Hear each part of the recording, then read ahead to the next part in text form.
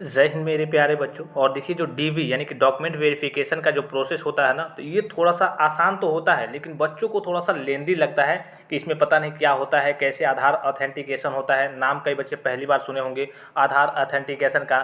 पिछली वीडियो मैंने आप सभी बच्चों को बताया था कि जो आपका सीट अलॉट होता है उसका लेटर आपको कैसे प्रोवाइड किया जाता है, कैसे मिलता है। जैसे कि आप कल अपना रिजल्ट देखेंगे फर्स्ट राउंड की काउंसलिंग का, तो जो आपको प्रोविजनल सीट अलॉटमेंट लेटर मिलता है वो किस तरीके से होता है, उसमें कौन कौन से डाटा मेंशन रहते हैं। तो वो वीडियो अगर आपने नहीं देखा है तो आप जाकर के चैनल में या फिर प्लेलिस्ट में जाकर के देख सकते हैं, काफ़ी हेल्पफुल रहने वाला है। इस वीडियो में हम बात करेंगे जो आपका डीवी होता है ना, डॉक्यूमेंट वेरिफिकेशन, वो थोड़ा सा किस तरीके से होता है। और डॉक्यूमेंट वेरिफिकेशन आपका ये सर्टिफिकेट दिख रहा होगा, online document verification certificate, old वाला है लेकिन देख लीजिए इसी तरीके से, और यही प्रोसेस होता है। फिर आपका आधार ऑथेंटिकेशन, ए जिसे कहते हैं आधार ऑथेंटिकेशन। तो इस चीज़ को लेकर के बच्चों के कमेंट्स भी आ रहे थे कि सर आधार ऑथेंटिकेशन कैसे होता है, इसमें क्या प्रोसेस होता है। तो सारी चीज़ें मैं आपको बताऊंगा बेटा, आपको बस सेशन को यानी कि वीडियो को थोड़ा सा ध्यान से देखना है। और देखिए मैं कोशिश करता हूं कि बच्चों को कम से कम, आपने देखा होगा अगर आप कमेंट बॉक्स में जाएंगे तो जितने भी कमेंट्स आते हैं मैं बच्चों का कोशिश करता हूं जितना भी टाइम निकाल करके उनको रिप्लाई दूं, इसलिए कि बच्चों के कई प्रकार के डाउट्स रहते हैं और सबके लिए अलग अलग वीडियो प्रोवाइड करा पाना मुश्किल होता है। लेकिन हाँ, एक बार आप वीडियो को जरूर देखेंगे, मैं आपसे वही रिप्लाई दूंगा। जैसे कि मान लीजिए कि मैं जो आपको वीडियो में बता रखा हूँ, फिर आप बार बार वही पूछेंगे तो बार बार सभी बच्चों को, हजारों बच्चों को तो रिप्लाई नहीं दे पाएगा, मतलब दिक्कत होगी ना, टाइम भी लगेगा और टाइम भी वेस्ट होगा कह लीजिए। लेकिन आप सेशन को देखिए, वीडियो को पहले देखिए, इसके बाद कोई डाउट्स रह जाता है तो आप कमेंट करके पूछिए, सारी जानकारी आपको मिल जाएगी रिप्लाई के माध्यम से, ठीक है। तो यहाँ पे देखिए पिछली वीडियो में मैंने आपको सीट अलॉटमेंट लेटर यानी कि प्रोविजनल सीट अलॉटमेंट लेटर, आपका लेटर कैसे जारी होता है, सीट अलॉट कैसे होता है, उसकी रैंकिंग के बारे में और कौन सा कॉलेज किस तरीके से अलॉट होता है उसके बारे में बताया था मैंने। इसमें हम बात करेंगे आपका डॉक्यूमेंट वेरिफिकेशन कैसे होता है। तो डीवी के बारे में मैंने ऑलरेडी आप सभी बच्चों को वीडियो प्रोवाइड करा रखा है। जो बच्चे नहीं देखे हैं इनके डॉक्यूमेंट वेरिफिकेशन में क्या क्या लगता है तो वो जाकर के चैनल में देख सकते हैं, ठीक है। उसके बावजूद मैंने आपको एडमिशन डॉक्यूमेंट वेरिफिकेशन यानी कि एडमिशन के वक्त आपके कई सारे डॉक्यूमेंट्स लगते हैं, उसके बारे में मैंने आपको डिटेल में वीडियो प्रोवाइड करा रखा है, उसको भी जाकर के आप देख सकते हैं। इसमें हम बात करेंगे, जैसे देखिए मान लीजिए कल की बात करें, सपोज कीजिए कल आपका काउंसलिंग का रिजल्ट आ गया, आपका सीट अलॉट हो गया, ठीक है। कल की बात करें, जिनका नहीं हुआ है उनको तो अगले राउंड में जाने का मौका मिलेगा, छोड़ दीजिए उसको, छोड़ दीजिए। मान लीजिए आपका सीट अलॉट हो गया और आपने क्या किया, दो ऑप्शन आया, फ्रीज और फ्लॉट का, फ्रीज और फ्लोट का आपने फ्रीज कर दिया। अब फ्रीज कर दिया तो आपको मेंशन वहाँ पे, अगर आपने फ्रीज कर दिया तो जो आपका सीट अलॉटमेंट लेटर जारी होगा ना, जो आपका seat allotment provisional seat allotment letter जारी होगा, उस पर सारी चीज़ें मेंशन करके आएंगी कि हाँ आपका कह लीजिए कि इस दिन को आपको यहाँ पे जाकर के रिपोर्ट करना है, डॉक्यूमेंट वेरिफिकेशन कराना है, और साथ ही आपको जितने भी डॉक्यूमेंट्स लगते हैं मैंने बता रखा है उसको लेकर के जाना है।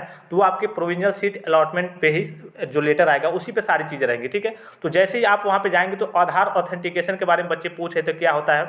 आधार ऑथेंटिकेशन मतलब होता है, जैसे कि आप नॉर्मल से भाषा में समझिए, कहीं भी जाते होंगे आधार कार्ड से पैसा निकलवाने तो आप थंब इंप्रेशन देते होंगे, ठीक है। इसी प्रकार से आधार ऑथेंटिकेशन में जब आपका आधार कार्ड बना था तो आपके फिंगर प्रिंट वगैरह लिए गए थे, यानी कि आपका थंब इंप्रेशन के साथ जो 10 उंगलियां हैं उनके प्रिंट वगैरह लिए गए थे। फिर आपके रेटिना यानी कि आँख का कह लीजिए कि रेटिना लिया जाता है, उसकी चीज़ें, वो सारी चीज़ें मतलब आधार ऑथेंटिकेशन के माध्यम से आपका जो वेरिफिकेशन का कार्य है उसको कंप्लीट किया जाता है। तो इसी को आधार ऑथेंटिकेशन कहते हैं बच्चों, और कुछ इसमें है नहीं, ठीक है।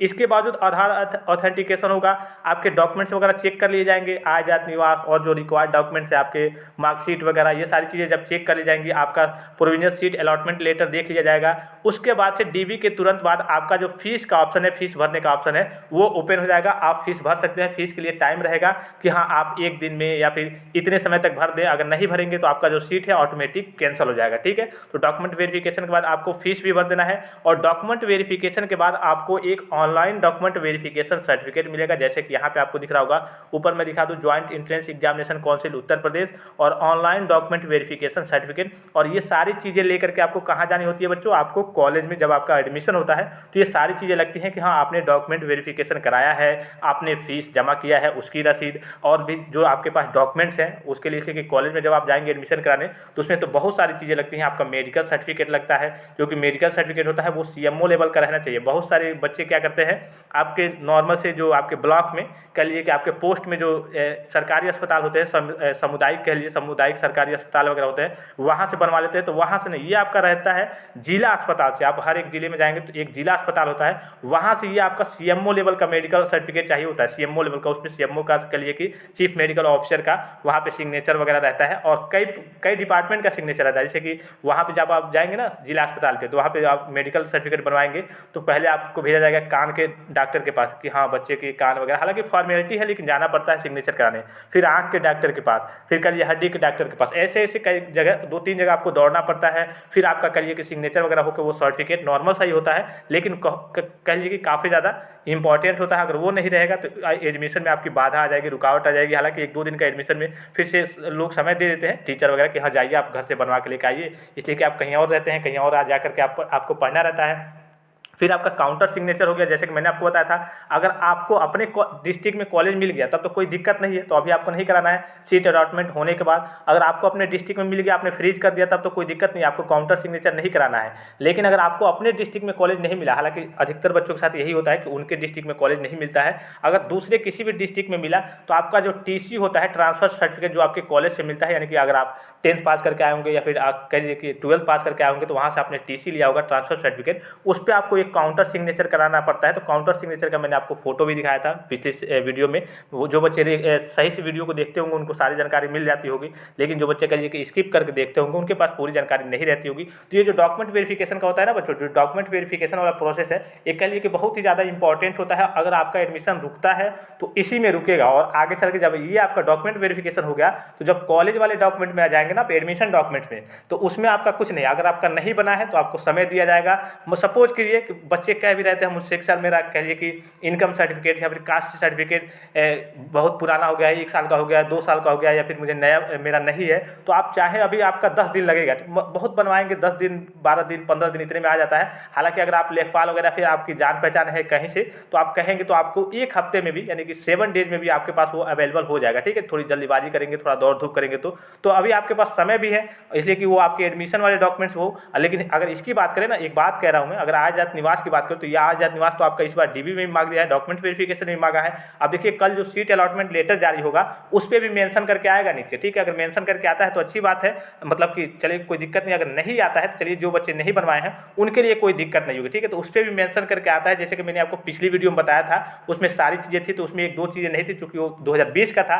लेकिन अब देखिए कल वाले में आता है, इसलिए कि इस बार जो नोटिस आई है ना, ऑफिशियल नोटिस जो आई है, उसमें आय जात निवास तीनों का जिक्र है। तो हो सकता है अगर आपका सीट अलॉटमेंट लेटर में अगर वो मेंशन होकर आ गया, ये डॉक्यूमेंट्स आपको लेके जाने हैं, तो अगर तीनों मांगेगा तो आपको तीनों लेके जाना पड़ेगा। अगर नहीं रहेगा तो समस्या तो भाई आएगी, जाहिर सी बात है, डॉक्यूमेंट वेरिफिकेशन का काम है।